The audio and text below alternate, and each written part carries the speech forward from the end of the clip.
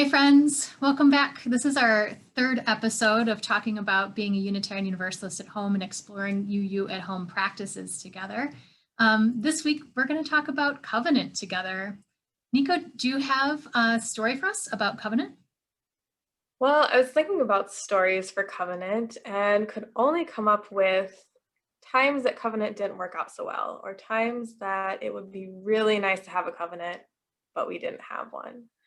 And so I think that's kind of the story here is that Covenants, you don't really notice them when they're working well, because sometimes when things feel good and when your relationship with others in your community feel right and feel like you trust each other, then it's kind of comfortable. And we don't always take time to notice that. We don't always take time to notice that, wow, this really hard work of creating a covenant is the reason that we're able to, have fun together and grow together and do other really wonderful things. And so I don't really actually have a story, but just noticing that, maybe part of the practice of building a covenant is taking time while that covenant is at work to notice that, hey, this is working out so well right now because we took the time to create a covenant together.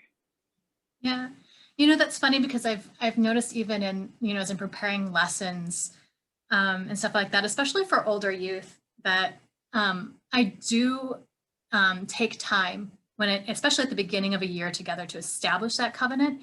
And I've gotten better at over the years remembering especially after we've had some time for deep listening to then reflect back on how did our covenant help hold that space together. And I think you did that beautifully actually in Children's Chapel. I can't remember if it was last week or the week before when we were talking about feelings and talking about how does it feel to feel like you're part of this community and taking a moment to notice that. Because it's true that we say this, you might have heard this from the pulpit on Sundays during the welcome when we say we Unitarian Universalists are bound not by creed, but by covenant. So we know that the work of our faith is covenant. It's what binds us together. It's what makes our work possible. It gives us that container, because if we didn't have that container, we wouldn't feel brave enough to Mhm. do the work of growing and serving together. And that's often how we frame it for our kids. We say a covenant is a special promise that allows us to feel spiritually, physically, emotionally safe enough together to learn and grow. Um, yeah. Mhm. Yeah, and there's such a difference between covenants and contracts or rules and you know when you sit down and think about what do we need to do so that we can grow together, that's going to be different when it's between adults. Like if you and I sat down and created a covenant, it might be different from what the kids come up with in Children's Chapel or what you do at home or with friends or other people in the community. But that's not because someone above is saying these are the rules that you have to follow. It's because there's this relationship of trust and that everyone has agreed to come into this covenant together, and it centers us all together, and helps us really decide what we need from each other and what we can offer to each other in that covenant space. Yeah. And it's about naming what we value, right? It's about setting intention. I think one of the mistakes that we talk about this a lot that we notice in our classrooms, whether it's with children or adults, is that it's so easy to say, we will not do this, we will not do that. And it becomes a list of will nots. And we have to do the work of saying, okay, our work as people of faith is to name what we have confidence in, right? What we can have fidelity to, um, what will give us confidence as a group. So to name it positively, we will respect one another. We will respect pronouns. We will, and going down the line. And it's deeper work, right? It's really easy to say, don't hit, right? Right. But respect other people's bodies. Um, that's hard work. Hmm. It's not Hmm. easy. Yeah. No, no, and to add some complication, it's covenants are living documents, and so it's always changing, or always has the opportunity to change. And so even if you think, oh, I figured out how to be respectful of other people's bodies, and the covenant might need to shift, and there might need to be new things added to it. And I think, a great example of that is the eighth principle that was proposed, and that's again in response to a need. And so um, this eighth principle, again, it states very clearly what we need from one another, and is a change and is a new thing for us to aspire to and adapt to, and holds us, just like with the other seven principles, in covenant with those things. Yeah. And you used the word aspire, and that reminds me too that one of the other things that we talk about with covenant is that they are aspirational, right? We know that there are going to be times when we are out of right relationship with the world around us, and our work is to get back into right relationship, back into covenant with one another. And I think one of the most frequent things that I hear, that a misunderstanding about Unitarian Universalism, and I've heard this from kids and adults and people that aren't Unitarian Universalists and people who are, is they say, oh, you're Unitarian Universalist, you can believe whatever you want. Mm-hmm. And that's just not true, because you can't believe anything that pulls you out of right relationship with the people you are in covenant with, which of course is everybody and everything, right? We are in covenant with ourselves, with our communities, with our planet, with our universe, and doing the work of, what is my covenant? What does it mean to be in right relationship with myself, with my neighborhood, with my church community? And then to examine your beliefs and say, I think this belief pulls me out of right relationship with everybody, with myself. That's Unitarian Universalism is not an easy faith. It's a lot of hard work.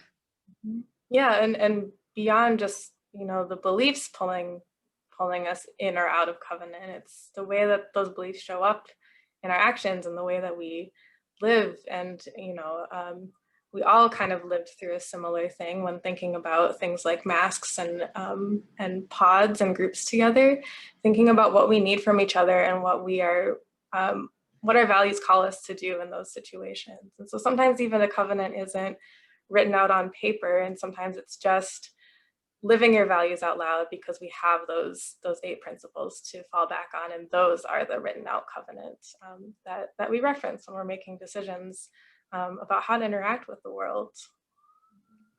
Yeah, and it's true. And I think this is true in our homes too, right? We have sort of like implied covenants with one another in our relationships with our partners. There are implied covenants. We will honor one another. We will respect one another. And we sure do know it when we're not in right relationship in our relationships, don't we? And with our families, right? I think you had mentioned earlier when we were talking about the election, right? There are a million opportunities every single day for us to think and stop and wonder, how can I be in right relationship? What is my covenant? And who am I in covenant with? So I hope that, talking about implied covenants at home, sometimes it is helpful to stop and name what your covenants are. And this is something, fairly easy to do at home, but not easy at all, right? Making this space to sit down and ask of one another in your circle, what are the things that we need to aspire to be brave, to live our values? What do we need to promise to do? What do we need to be physically, emotionally, spiritually safe to grow and serve together? And so we've given you in your kit some resources for that, including some tips on how to start that covenant building process and some space to sketch out some ideas. And an activity that we do often in our classrooms is creating paper chain covenants as a reminder that this is what's binding us together, right? Our promises with one another.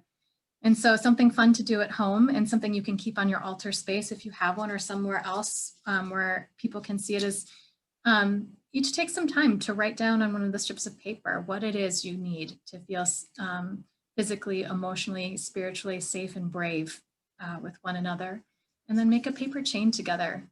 I'd love to see what you all come up with. Send us some pictures. Tell us what this process is like for you. And we'd love to hear more about the challenges too, about being in covenant. Yeah. Nico, do you have anything else to add? Any tips for us? Ooh, I think it's important for me when I make a covenant to remember that it's a living document and that I don't have to get it perfect on the first try. And there's always, always, always room to come back and change things a little bit. Yeah. And I would add too, like knowing that those slip ups are a reality, adding to your covenants language, what words will we use with one another to help us get back in right relationship? So we'll often talk about oops and ouch in our covenants in our classrooms with our kids and youth and adults. I've used it to say sometimes saying ouch, that's a brave thing to do sometimes. Being able to say, oops, I'm sorry, and thank you for letting me know can be a really brave thing to do too. So having an open conversation about what happens when we fall out of right relationship with one another. Yeah, absolutely. Yeah.